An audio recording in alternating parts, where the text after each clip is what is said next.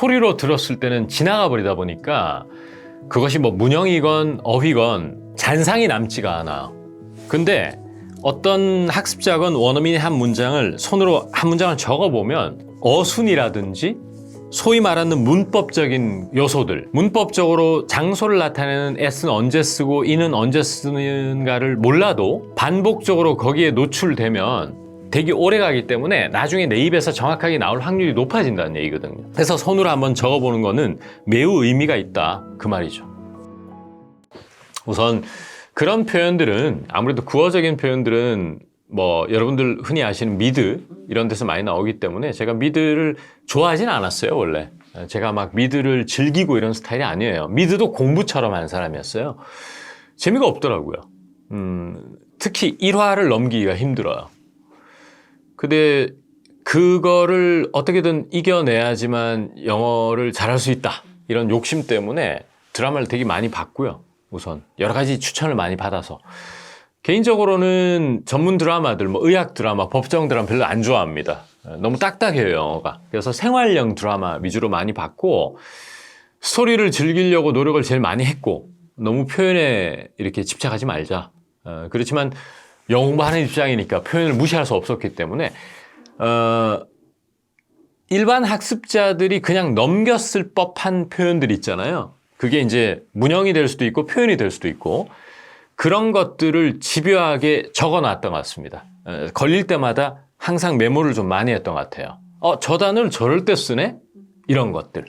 그렇게 해야지만 내가 쓸 수 있다고 생각해서 그렇게 했고, 그 다음 두 번째는 예전부터 그 어린이들이 읽는 동화라든지 이런 거를 읽으면 좋다는 얘기를 많이 들었었어요. 근데 이제 예전에 어떤 좋은 동화를 알게 돼서 그 동화를 재밌게 읽으려고 노력은 했지만, 모두 아까 전에 말씀드린 것처럼 학습자 입장에서 이렇게 쉽게 표현하는구나. 근데 왜 나는 어렵게 표현했을까? 그런 거를 잘 정리해 뒀던 것 같습니다. 정리해 둔다는 건 딴 게 아니고 우선 책에 이렇게 형광펜으로 당연히 색칠을 해뒀고요. 그거를 제가 쓰고 있는 에버노트에 늘 그 동화하고 드라마 코너를 마련해서 항상 잊지 않기 위해서 정리를 해왔던 것 같습니다. 그리고 그런 그리고 이제 동화를 선정할 때는 다 원어민에게 물어봤던 것 같아요. 이 동화가 억지스럽지 않냐? 작가가 너무 현란하게 멋을 부리지 않았느냐? 굉장히 자연스럽게 들리냐? 이걸 먼저 확인을 많이 했어요. 그리고 자연스럽다고 할 때만 그걸 내 것으로 만들려고 이제 많이 정리를 했죠. 드라마도 마찬가지였어요. 지나치게 슬랭이 많이 나오거나 이런 표현을 철저하게 지양했던 것 같습니다. 그거를 내가 흉내낼 수도 없고요. 보편적인데 미국인들이 일상에서 쓰는 표현들이 많은 드라마, 이런 걸 집요하게 많이 봤던 것 같아요. 그 덕을 많이 봤죠. 만약에 예전처럼 영자 신문을 많이 읽는다거나 이럴 때는 사실 저에 대한 영어의 평가가 어색하다고 그랬어요. awkward하다. 물론 awkward라고 딱 집어서 얘기하는 원어민은 없었는데 doesn't sound quite right라고 그랬어요. 뭔가 좀 어색하다. 그러니까 우리나라 국내에 들어와서 한국말을 좀 하긴 하는데 우리는 저렇게 표현 안 하는 원어민들 많잖아요. 그 정도 수준이었던 것 같아요. 제가 비록 통역대학원을 졸업했다 하더라도. 일단 미드를 보는 방법이 처음에 영어를 뭐 이렇게 잘하지 못하는 수준에 있는 경우라면은 어쩔 수 없이 스토리를 즐길 수 없죠. 뭐 좋은 표현이 나오면 그거를 막 중지를 시켜놓고 적는다거나 이러잖아요. 저 역시 처음에는 그랬어요. 스토리를 도저히 이렇게 만끽할 수 없는.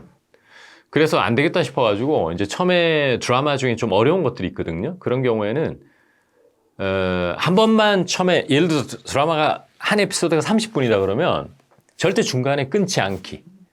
그냥 못 알아들으면 다 넘어가는 거고 그냥 쳐다보고 있었어요. 그냥 어떤 얘기로 굴러가는가 하는 거. 그리고 이제 두 번째 볼 때는 요즘 뭐 그 자막이 되게 잘 돼 있어요. 요새 번역이 수준급이에요. 매우 우리말스럽게, 오역도 거의 없고. 그래서 자막 보고 봤습니다. 그냥 얘기 즐기려고. 그리고 예를 들어서 세 번째 볼 때 소위 우리가 학습의 형태로 드라마를 보는, 아까 전에 말씀드린 뭐 과거 진행의 문장이 딱 제기에 탁 꽂혔다. 그럼 중지시켜 놓고 이제 제가 정리하는 노트에 그 과거 진행만 모아놓는 섹션이 있어요. 거기다 집어넣었죠. 그래서 그렇게 봐주지 않으면요. 절대 자기 입에서 안 나와요. 한 두세 번 내가 I was thinking 봤다, 설명 들었다, 논리적으로 이해했다? 입에서 안 나와요. 이제 그렇기 때문에 한국 사람들이 정말 오랜 시간 영어를 붙들고 있는데도 스피킹은 정말 잘 안 늘구나 하는 얘기가 나오는 거거든요. 그러니까 동일한 패턴이 나오면 그리고 또 이런 게 있어요. 어떤 단편적인 패턴 책에 나와 있는 남이 써놓은 어떤 다른 영어 선생님이 써놓은 문장보다는 내가 봤을 때 건졌던 문장들이 더 와닿거든요. 그렇기 때문에 그런 정리는 꼭 필요하다고 봐요. 저는 좀 집착을 할 만큼 그런 쪽에는 좀 노력을 했던 것 같습니다. 일단 다 안 들리더라도 스토리를 먼저 어떤 내용인지 파악부터 하자. 그리고 장면을 기억하려고 노력을 많이 해야 되겠다. 어떤 씬에 대한 잔상이 표현으로 이어지는 것이지 씬 없이 시각적인 화면 없이 단편적 표현만 외워가지고는 안 되더라고요. 이제 그런 거를 잘 인지하고 잘 학습할 수 있었던 게 한 6, 7년 정도 된 것 같아요.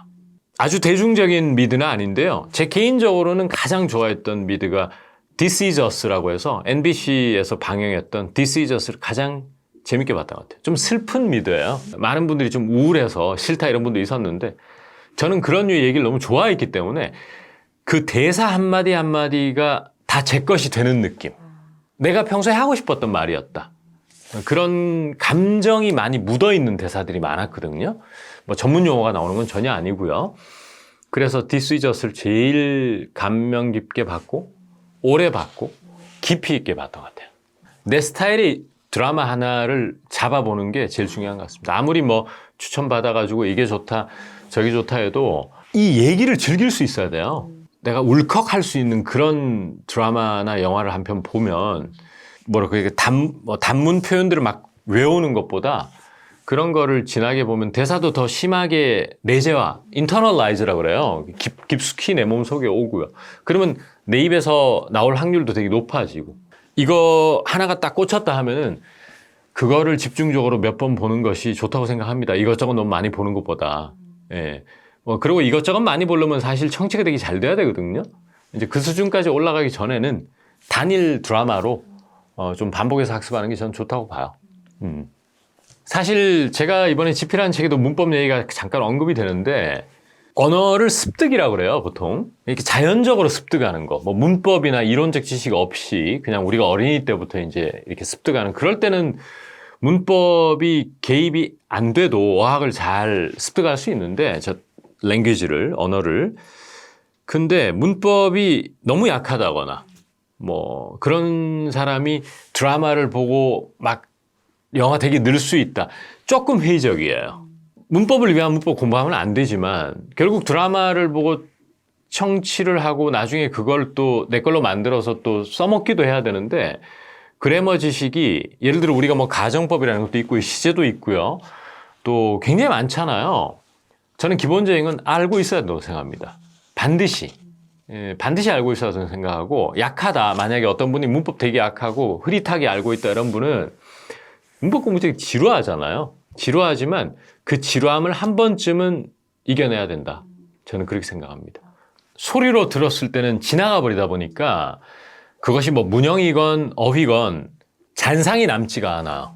근데 어떤 학습자건 원어민의 한 문장을 손으로 한 문장을 적어보면 어순이라든지 소위 말하는 문법적인 그 요소들, 뭐 예를 들어 시제를 보면 저 사람이 과거 진행으로 표현하네? 라거나 또 전치사를 난 이게 in인 줄 알았는데 s로 쓰네? 이런 게 되게 진하게 남거든요. 그 잔상이. 따라서 문법적으로 장소를 나타내는 s는 언제 쓰고 in은 언제 쓰는가를 몰라도 모르는 사람이라 하더라도 반복적으로 거기에 노출되면 되게 오래 가기 때문에 나중에 내 입에서 정확하게 나올 확률이 높아진다는 얘기거든요. 예를 들어 대표적으로 이런 말씀을 한번 드려볼게요. 만약에 제가 어떤 원어민에게 너 지금 어디니? 라고 하면 당연히 답은 어디다 라고 나와야 되잖아요. 스타벅스 예문을 한번 들어볼게요. 너 어디니? 라고 하니까 I'm at Starbucks라고 하겠죠. 그러면 이제 제가 이제 볼펜을 들고 이렇게 적는단 말이에요. I am at Starbucks 이렇게. 근데 스타벅스에서는 뭐 하고 있니? 라고 하니까 I'm at Starbucks. 그 다음에 grabbing some coffee. 커피 한 잔 사고 있어요 라고 얘기를 해요. 근데 이 문장을 시각적이 아닌 소리로만 들었을 때는 I'm at Starbucks grabbing some coffee 하니까 뜻을 알아듣잖아요. 스벅이구나. 그 다음에 커피 사는구나. 근데 문장으로 적어 놓으니까 뭔가 이상한 점이 발견이 되는 거예요. 나는 평소에 항상 나는 사고 있다 at Starbucks에서 이렇게 영어를 해왔어요. 근데 원어민은 I'm at Starbucks 뭔가 이상한 거예요. 내가 알고 있던 것과 다르고 내가 평소에 바라하는 어순과 다른 거예요. 그러면서 하나 깨닫게 되는 것이 질문이 답을 결정하는구나. 너 어딘이라고 그랬으니까 당연히 I'm at Starbucks. 그 다음에 I'm at 한솥 도시락. Grabbing some lunch. 그렇구나. 먼저 장소를 얘기한 다음에 뒤에 행위를 얘기하는 이 어순이 되게 발달돼 있구나. 영어에는. 그렇게 잔상이 깊게 남는다는 얘기였어요. 그래서 손으로 한번 적어보는 거는 매우 의미가 있다. 그 말이죠. 제가 영어를 잘하기 위해서 몇 시간이 걸린다 이런 말은 할 수 없는 거고요. 저도 여러 가지 들은 얘기는 많지만 그걸 언제 계산하고 있었겠어요. 그죠? 목표가 1차적인 의사소통만 목표다. 일단은 우선은 그냥 문장이 조금 브로큰 잉글리시라 하더라도 잘 알아듣게 할 수 있고 그렇다면은 생각보다 많은 시간 걸리지 않는다고 보고요. 또 매일 꾸준하게 할 필요도 없다고 봐요. 사실은. 그리고 약간은 영어를 취미처럼 해도 괜찮다고 봐요. 충분히 할 수 있어요. 그런데 좀 더 원어민들이 쓰는 어휘를 쓰고 또 그들이 쓰는 문형으로 표현을 하고 또 더듬더듬 너무 이렇게 뜸들이면서 얘기하지 않고 조금 속 시원하게 이렇게 얘기하려면 보편적 한국 사람들이 고등학교 때까지의 영어 교육을 마치고 어느 정도 토익 점수를 내가 원하는 수준만큼까지 따놓았다는 가정하에 몇 개월은 택도 없는 소리고요. 그 정도까지 올리기에는 그냥 계산해보진 않았지만 좀 잘하려면은 적어도 2, 3년은 잡아야 될 것 같습니다. 적어도 한국 환경에서 외국에서 계속 원어민들과 만나서 살지 않는다면 우리나라에서 학교를 다니건 직업을 가지고 있는 상황에서 영어를 꾸준하게 학습해서 너 제법 잘한다. 또 내 스스로 생각할 때 크게 막히는 건 없다. 이런 얘기 들으려면 그 정도 시간은 필요하지 않을까 싶어요. 적어도 오래 쉬는 기간은 없어야 돼. 전제 조건이. 3, 4개월 영어를 완전히 손을 놓는다거나 회사 일이 너무 바빠서 아예 영어와 멀리 한다거나 하면은 다시 원점으로 돌아갈 거예요. 제가 장담할 수 있어요. 그런 게 없다는 가정하에는 적어도 매주 그게 주 5일이 되는 사람도 있고 주 2일이 되는 사람도 있잖아요. PT 받는 것처럼. 그런 것처럼 정말 일주일에 2회씩 정말 20분 이래가지고는 절대 늘지 않는다고 보고요. 한번 할 때 그래도 한 2시간씩 다양한 소스로 드라마가 됐건 동화가 됐건 뭐가 됐건 그리고 그런 소스로 또 적어도 자주 볼 수 있는 글쎄요. 최대한 자주 볼 수 있는 원어민 친구 개념? 그것이 난 친구는 도저히 사귀기 힘들고요.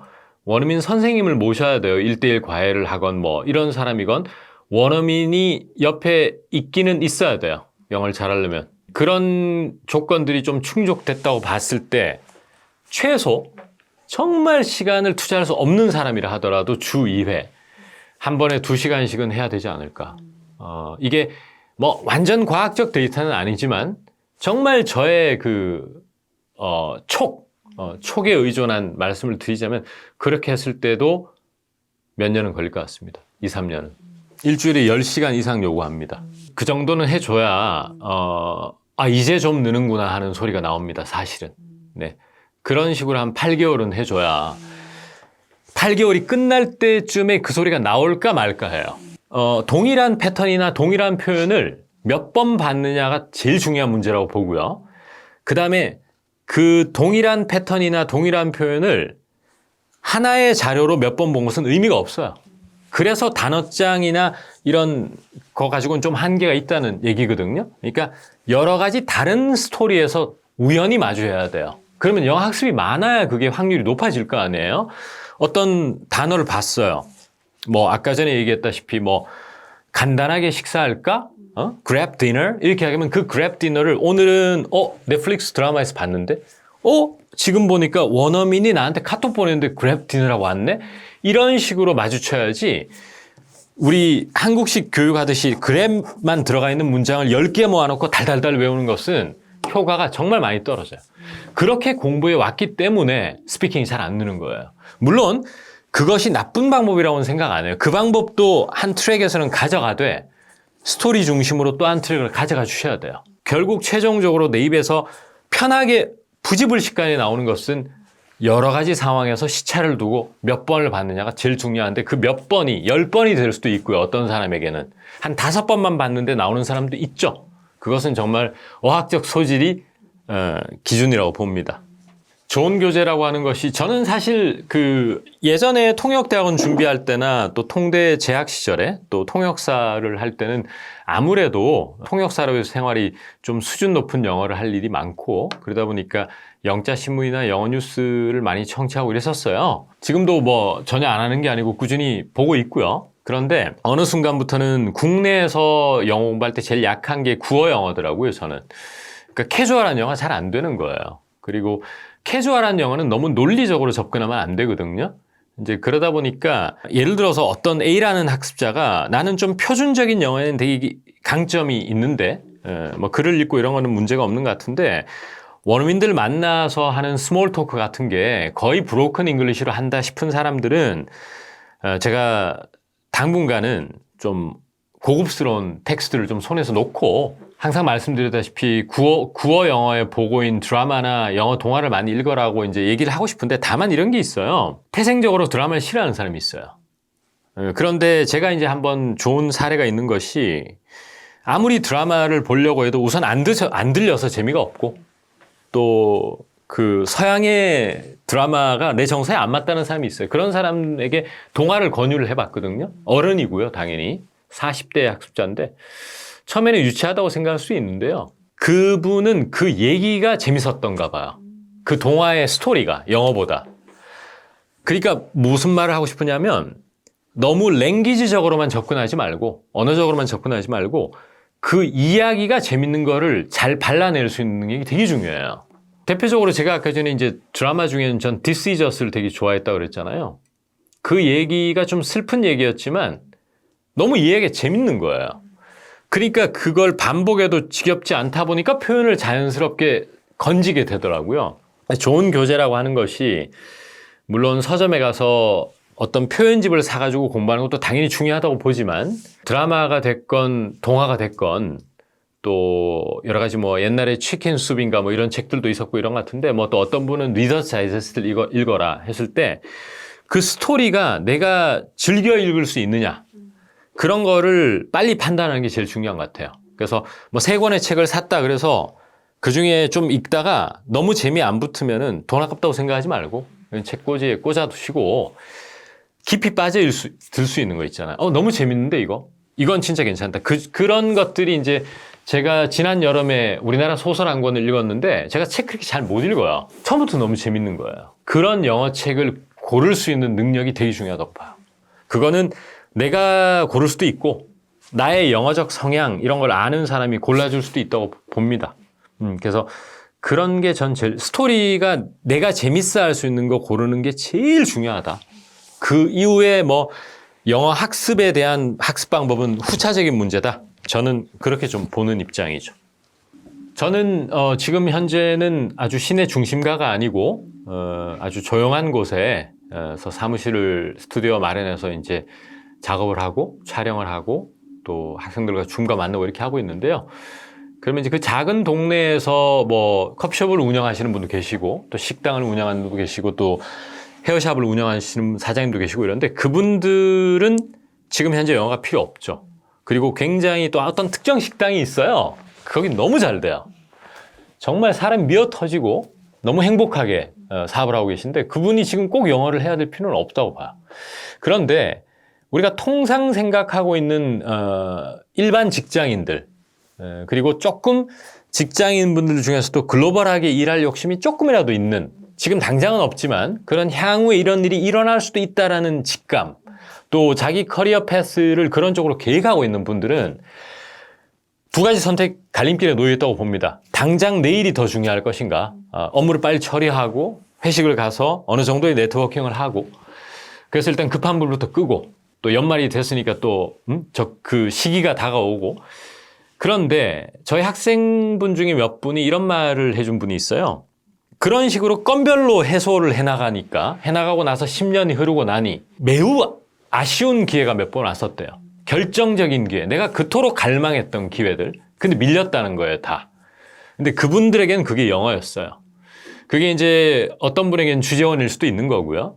또 어떤 분에게는 다른 기회였는데, 너무 속이 상하더래요. 그러면서 이제 보통 어른들이나 옛날 현인들이 길게 보라. 그런 말을 많이 하신다는데, 영어 역시나 내가 하는 업무의 특성이나 하는 일, 비즈니스의 본질 특성상 영어가 개입될 일이 아예 없다. 일도 없다 하는 분들에게 제가 이 책을 읽어라, 영어 공부를 하라 이런 얘기는 안 합니다. 할 필요가 없고요. 그게 아닌 후자의 그 사례에서는 롱텀으로 보셔야 된다. 롱텀으로 보셔야 되고 그 다음에 닥쳤을 때 하면은 완전 늦더라는 거예요. 대부분이.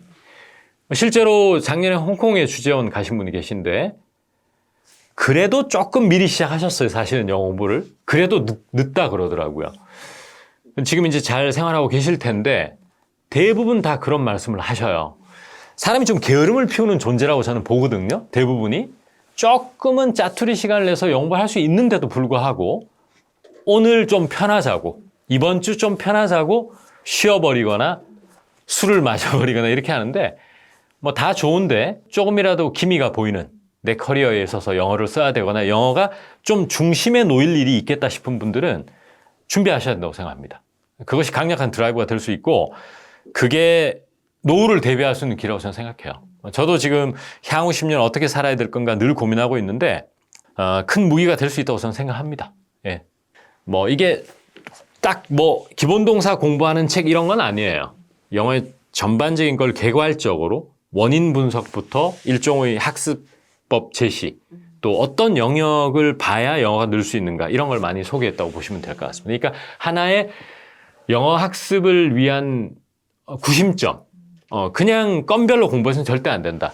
이런 책을 통해서 기초학습자들은 처음 시작하기 전에 확실한 걸 인지하고 시작해야지만 시행착오를 줄일 수 있고 더 이상 늘지 않고 정체 상태에 있는 사람은 자꾸 여기저기 이렇게 건드려 볼 게 아니고 이런 걸 딱 알고 뭐 어떤 서비스를 이용하는가는 중요하지 않거든요. 솔직히 뭐 어떤 학원을 다니거나 어떤 원어민과 공부하는가 중요하지만 크리티컬한 부분은 아니라고 생각해요. 근데 이런 내용을 이제 알아야 될 시점이 됐다고 봐요. 그래야지만 더 이상의 시행착오라든지 헛 힘을 쏟지 않는 그런 걸 할 수 있는 책이다. 그 가이드라인을 제시해 준다. 그렇게 보시면 됩니다.